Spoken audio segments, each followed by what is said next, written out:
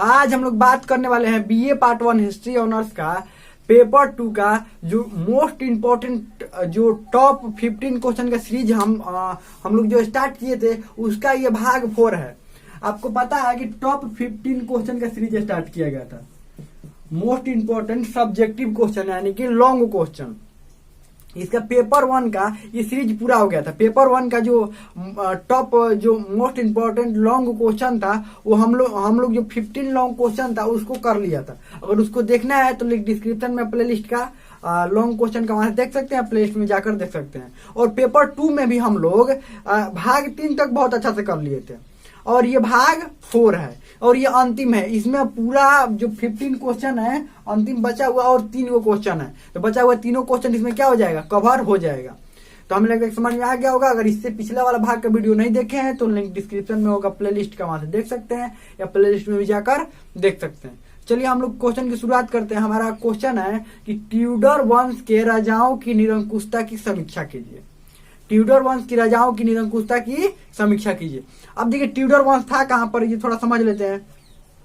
ये ट्यूडर वंश था इंग्लैंड में। कहां पर था ट्यूडर वंश? इंग्लैंड में था। ये कहां पर शासन करते थे? ये इंग्लैंड में शासन करते थे ट्यूडर वंश। अब ये देखिए ये राजा निरंकुश कब होंगे, ये बात कर रहा है कि राजा की निरंकुशता की समीक्षा कर रहा है। राजा निरंकुश कब होंगे? जब उनका पावर ज्यादा होगा, यानी पावर ज्यादा मात्रा में।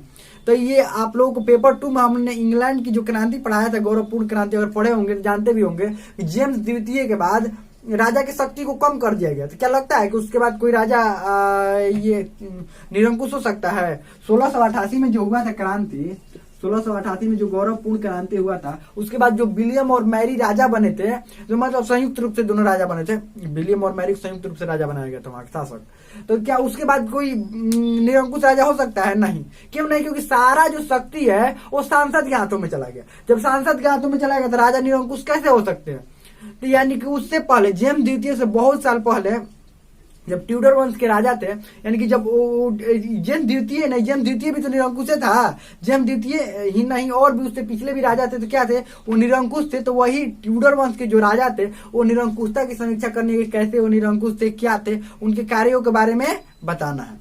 चलिए अगला हम लोग का क्वेश्चन है कि फ्रांसीसी क्रांति के राजनीतिक एवं आर्थिक कारणों की विवेचना करें। यानी कि फ्रांसीसी क्रांति के राजनीतिक और आर्थिक कारण क्या थे, मतलब फ्रांसीसी क्रांति होने का। तो देखिए फ्रांस की क्रांति के राजनीतिक कारण में क्या हम बता सकते हैं कि क्या लिख सकते हैं। देखिए उसका राजनीतिक, पहले फ्रांस की क्रांति कब हुआ, कब था? 1789 में। कब हुआ था? 1789 में। उस समय राजा कौन था? लुई 16वां राजा था। ये काम निरंकुशता का काम तो पहले से चल ही रहा था, लेकिन तेज कब हुआ वहां पर? निरंकुश राजा बहुत ज्यादा निरंकुश हो गए। कब हुए ये हुए लुई 14वां के बाद से। यानी कि लुई 14वां ने ये काम शुरू किया। लुई 15वां भी ठीक ठाक निरंकुश था, मतलब बहुत ज्यादा मात्रा में, और लुई 16वां भी निरंकुश हुआ। तो ये क्रांति हो गई लुई 16वां के समय, यानी 1789 में। लुई 14वां जब राजा था, सबसे वो राजा था क्या? लुई 14वां। तो लुई 14वां निरंकुश था। उसने शीशा का महल भी बनवाया था, शीश महल जिसको कहते हैं वो बनवाया था। बहुत पैसा खर्चा करके बनवाया था। किसका? ये जनता का पैसा खर्चा किया था ना। युद्ध में लड़ता रहता था, इधर उधर जनता का पैसा खर्चा करता था और निरंकुश था ही। लेकिन उस समय क्रांति नहीं हुई। क्यों नहीं हुई क्रांति? क्योंकि उस समय वो ताकतवर था।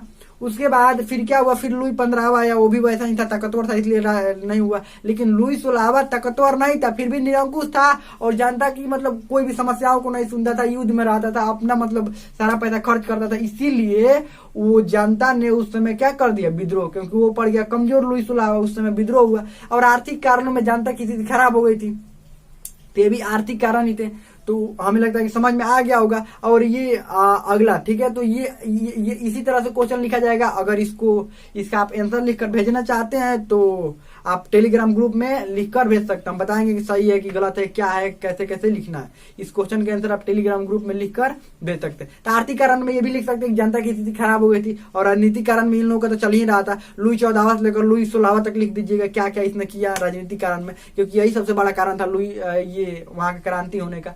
और आर्थिक कारण में जनता की स्थिति खराब होने लगी थी और किसानों की भी स्थिति क्या होने लगी थी? खराब होने लगी थी। सभी लोगों का स्थिति खराब होने लगी थी। आर्थिक मतलब यही होता है ना। चलिए अगला क्वेश्चन हम लोग देखते हैं।